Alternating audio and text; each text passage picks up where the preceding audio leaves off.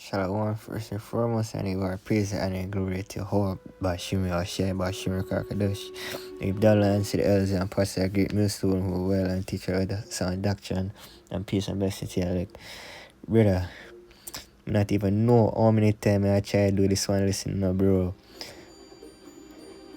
I try, me try and do this lesson all up a time, bro, and the demons I try to stop it, but listen, me not stop. Because the spirit upon me to do this, to do to do a lesson, so me I gotta do it. I have to do it because you never know who this might edify out there, so I have to do it. But going back from the top, my Pro 5 and 1, my son attend unto my wisdom and bow thine ear to my understanding. And this is another way of saying, essentially saying, listen so that you may understand. That though misregard discretion. And this word discretion is interchangeable with the word discernment. So it's telling us to have discernment and that thy lips may keep knowledge. Let's see, just for a little edification, let's just see what the NLT says at this particular verse.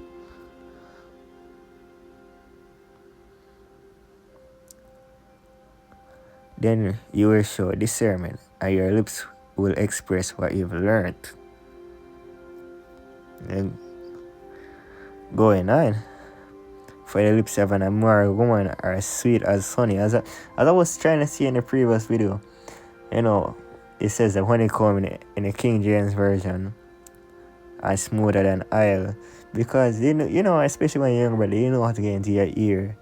So you get manipulated and you get yourself in all different kind of situation that you never thought would happen to you, but because you never use wisdom in a different situation, never use wisdom in a situation, you get yourself caught up. And listen, this happen to it can happen to any of us once we not use wisdom. Trust me. So that's why it's important that we use wisdom and we constantly read and we constantly pray so that we might apply these scriptures in our day-to-day life. Because obviously the scriptures are law and harlots, prostitute, different things like that, bro. But we talk about you have to use wisdom in all situations. But I'm gonna jump immediately back.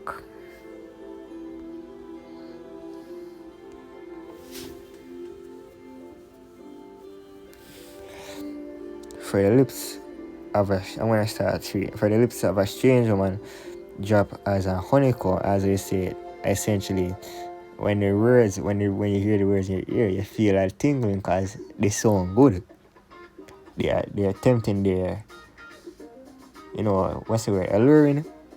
And her mouth is smooth and oil. So in other words, when you're a smooth talker, you don't stammer. So it's not like you're stammering, or not like you're unsure.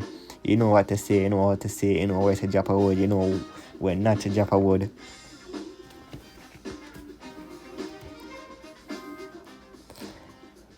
But her end is bitter as wormwood.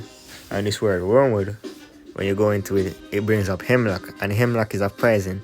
Because I used to watch a show up on your TV, and them did show hemlock, and there was a man that used to be sick, and them did give him hemlock for drink and hemlock for eat. And the more him eat the hemlock, the worse him get sick. You see the word? La'ana.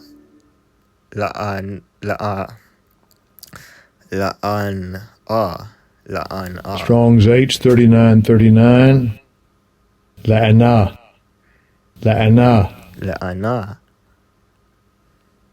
We're going to the Strong's. La'ana. Unused roots supposed to mean curse, wormwood regarded as poisonous and therefore a curse. Hemlock is the word that we want. Hemlock is it's like a poisonous herb. Sharp as a two-edged sword. A sword is a killing instrument. So in other words, no matter which side is bad, no matter which side, is still dangerous. Her feet go down to death.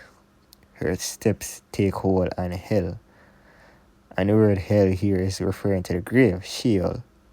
Not a place you burn forever, because that's not biblical. Lest thou shouldest ponder the path of life, her ways are movable, that thou canst not know them.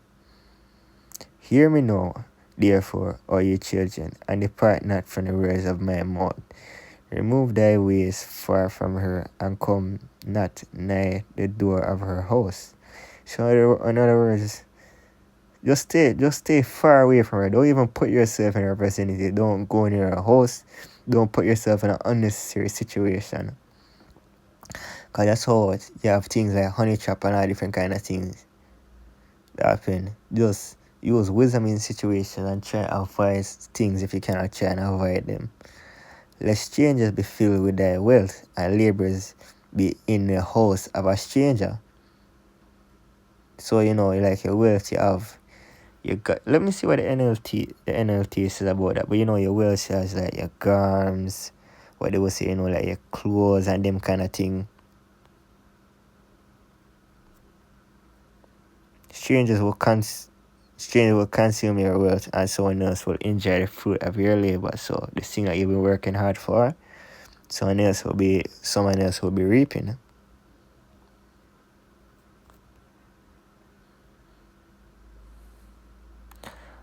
And thou mourn at last when thy flesh and thy body are consumed, and say, how I have hated instruction, and my heart despised reproof. So in other words, now you're gonna lament and say, I should have listened.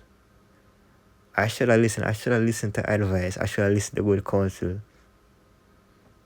I have not obeyed the voice of my teachers, nor inclined mine ear to them that instructed me.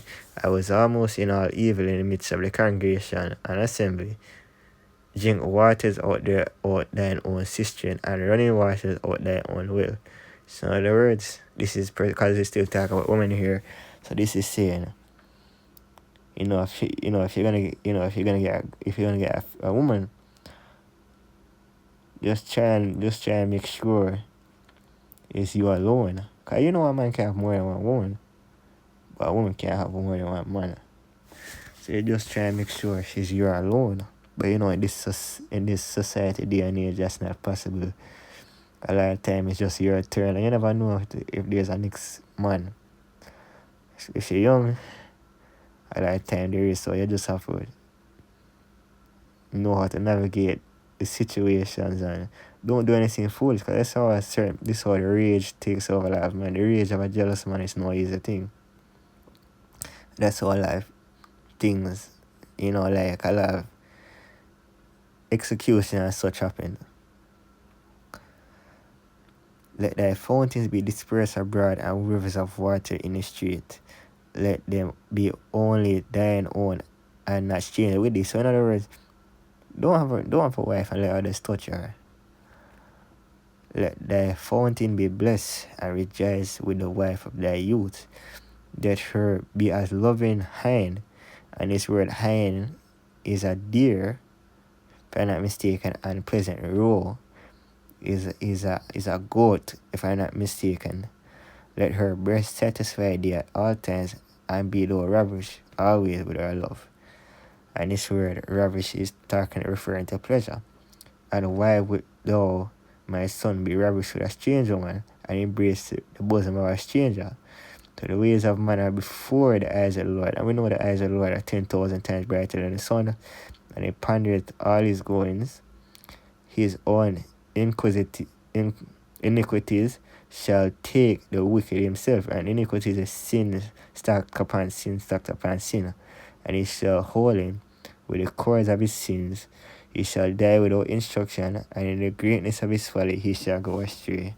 But I don't want to make this too long, because as I said, I'm praying Yahweh Shimi Washai has it to where this lesson can save this time, and Lord willing, I can upload it and it be edifying. But in closing, I want to say, call Allah Yahweh Shimi Washai until next time.